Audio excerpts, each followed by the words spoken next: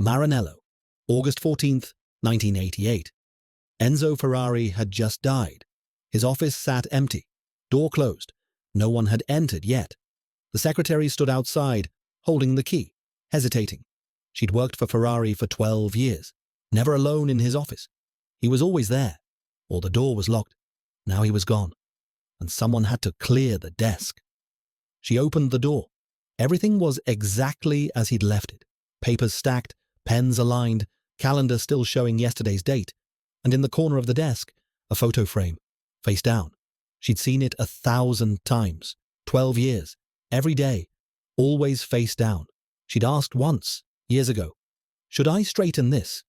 Ferrari had looked at her, cold. "No." "But it's—" "Leave it." She never asked again. Now Ferrari was gone, and the photo was still there, face down. She walked to the desk, stood over it, looked at the back of the frame. 31 years it had sat there, face down, since 1957. She reached out, picked it up, turned it over. A young man smiled back at her, 20-something, handsome, happy. She'd never seen this photo. No one had. For 31 years. She started crying, quietly, because she knew who it was.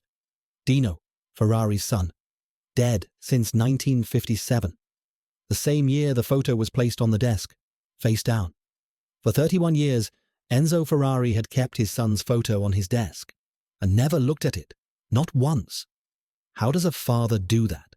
How do you keep something that close and never look? The answer took 31 years to understand. Before 1957, the photo wasn't there, because the person in the photo was alive. Alfredo Ferrari, Dino, Enzo's son, 24 years old, talented engineer, working beside his father, every day, in the factory. People loved Dino, kind, humble, warm in ways his father wasn't. A worker remembered, when Dino came, the factory smiled. When Enzo came, it went quiet. Enzo and Dino were close, talked every day, technical details, designs, future. Enzo once told someone, "Dino will be better than me, much better." Rare praise. Enzo praised no one, but he praised Dino. Late 1956. Dino got sick, muscular dystrophy, Duchenne, progressive, no cure. Doctors said, it's a matter of time. Dino knew, Enzo knew, but neither spoke about it. Dino kept working, slowed down, got weaker, but kept coming. One day in the office, they sat together. Dino was showing a design. His hand trembled. Enzo looked. "Are you tired?" "A little." "Go rest." "It's not finished." "I said go. We'll finish tomorrow." Dino left. Tomorrow he didn't come. He was in the hospital, June 24th, 1957. Dino died, 24 years old. Enzo didn't cry at the funeral, didn't speak, just stood there. After the ceremony, he went home, closed the door, didn't speak to anyone. 3 days. 4th day, he returned to the factory, as if nothing had happened. Workers were shocked. How can Enzo come back so fast? But Enzo hadn't come back. His body had. Nothing else remained. A few weeks later, the secretary noticed something new on Enzo's desk. A photo frame. Inside, Dino, smiling, young, healthy, before the illness. Secretary. Beautiful photo. Enzo didn't answer. Next day, the secretary noticed the photo was face down. Must have fallen, she thought. She turned it face up. Enzo saw it. Without a word, he turned it face down again. The secretary understood. It wasn't an accident. It was supposed to be that way. But why? Years passed. The photo stayed there, face down. Every day. Secretaries changed. Everyone noticed the same thing. The face down photo. Some asked, should I fix it? Enzo. No. But don't touch it. No one touched it. 1960. 3 years had passed. A new secretary started. First day, while organizing, she saw the photo. Face down. She didn't ask. The old secretary had warned her, there's a photo on his desk. Never touch it. Never ask about it. Why? Just don't. But she was curious. One afternoon, Enzo was out. The office was empty. She went in, looked at the photo, wanted to turn it. Her hand reached out, stopped. She heard footsteps. Enzo returning. She left quickly. Later, she asked the old secretary, "Whose photo is it?" "His son, Dino. Died in 1957. "Why is it face down?" "No one knows, but it's been that way since 1957, and Enzo never turns it. Never. Never." 1965. 8 years had passed. A young secretary started. First day, cleaning the desk, she saw the photo, face down. "Would you like me to turn this?" she asked. Enzo didn't even look up. "No. But you can't see. I don't want to see." The secretary froze, then understood. He didn't want to see. The first time in 30 years he'd actually said it. She never asked again. The photo stayed there. But other things were happening too. Dust was accumulating. Slowly. On the frame's edges, secretaries would wipe the desk around the photo. But they wouldn't lift it, because if they lifted it, Enzo would see, and he didn't want to see. A secretary years later recalled, "That photo was like a ghost. It was there, but it wasn't. Everyone knew about it, but no one mentioned it." 1968. 11 years had passed. A journalist came to interview Enzo in his office. They talked, racing, business, the future. The journalist glanced at the desk, noticed the face-down photo. Curious, but he didn't ask. Something about Enzo's face said, "Don't." After the interview, he asked the secretary outside. "The photo on his desk, face down. What is that?" The secretary looked uncomfortable. "I can't talk about it." "Why not?" "Because no one talks about it." The journalist wrote his article, didn't mention the photo. Some things he understood were too private. 1970s. 15 years had passed. New people in the factory. Young. Never knew Dino. Someone asked, "Whose photo is on Enzo's desk?" "An old worker. His son, Dino." "Why is it face down?" "Don't know, but it's been like that for 15 years. "Never asked?" "No, and you shouldn't either." One day, Ferrari was at a meeting in another city. His office was empty. A cleaning worker entered, wiped the desk, lifted the photo to wipe under it. Underneath, the desk's color was lighter. The photo had been there for 20 years. Sun hadn't touched that spot. The worker turned the photo over. "Curious. Who is this?" "A young man. Smiling. Looks happy." She put it back on the desk, right side up, face visible. Next day, Ferrari came in, walked into the office, saw it, stopped, looked at the photo. For the first time in years. His face didn't change, but his hand trembled, slightly. He walked over, picked up the photo, turned it face down, put it back, sat down, said nothing. But that day, he left the office early.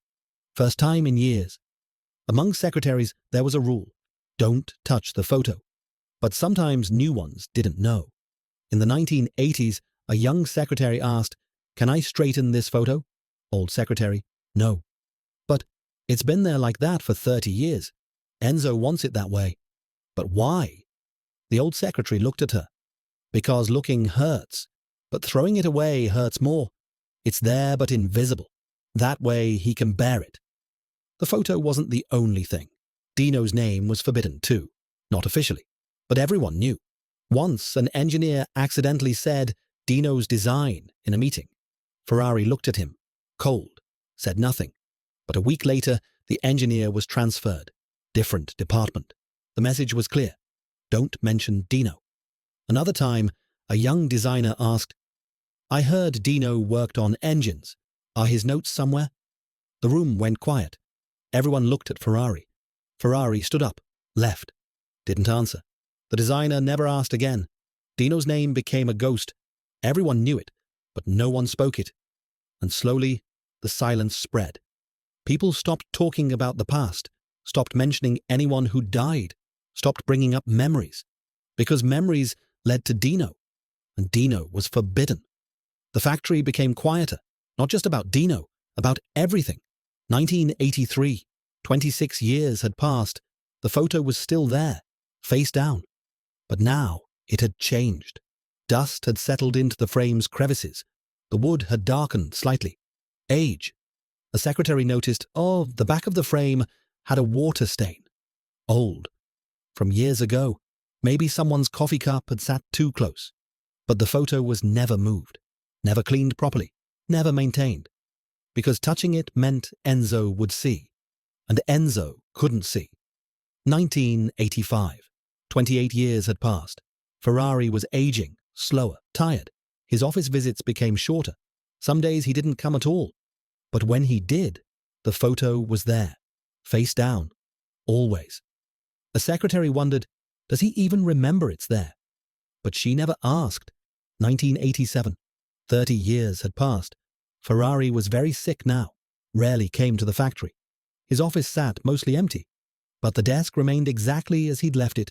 Papers, pens, calendar, and the photo, face down. Even when he wasn't there, no one touched it, because everyone knew. When Enzo returns, everything must be exactly as it was, including the photo, face down. August 1988. 31 years had passed. Ferrari died. The secretary stood in his office, alone, for the first time. Everything was frozen in time, as if he'd just stepped out and would return. But he wouldn't. She walked to the desk, looked at the photo, face down. 31 years. She'd worked there 12 of them. Every day, that photo, face down. No one had ever seen it right side up, except Enzo. Once, in 1957, when he placed it there, and then turned it face down, and never looked again. She reached out, picked it up, hands shaking, turned it over. Dino smiled back at her. Young, frozen in time, 1957, 31 years ago. But the photo looked fresh, as if taken yesterday. She cried, not because Dino was dead, everyone knew that, but because for 31 years, Enzo had carried this, every day, on his desk, right there, but never looked, never let himself see. The pain was so great, he couldn't even look at his son's face, but the love was so great, he couldn't throw it away. So it sat there, every day, 31 years, invisible, but present, like Dino himself, gone, but never forgotten, just never looked at. After Enzo's death, the Ferrari Museum opened. Dino's photos are there, right side up. Everyone can see. But that photo, the one that sat face down for 31 years, isn't there. No one knows where it went. Maybe someone kept it. Maybe it was thrown away. But for 31 years, that photo was the most important one, because Ferrari never looked at it. And what he didn't look at was what he saw the most. A worker from those years said, that photo taught us something. Enzo never talked about pain, never showed weakness, but that photo showed everything. How? Because it was there, every day. He could have hidden it, locked it in a drawer, put it at home.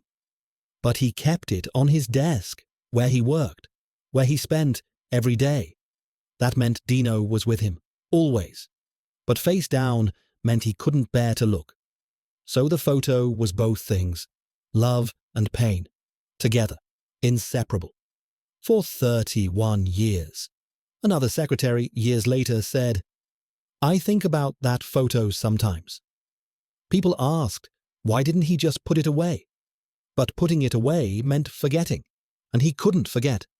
Why didn't he turn it face up? Because seeing meant accepting, and he couldn't accept. So he lived in between for 31 years. The photo was there, but Dino wasn't. Enzo was there, but the father wasn't anymore. Just a man with a face-down photo on his desk, looking at it every day, but never seeing, remembering every day, but never living it. That's how he survived. Not by forgetting, not by accepting, but by keeping it close and never looking. One question remains. Was not looking strength or weakness? Was it endurance or escape?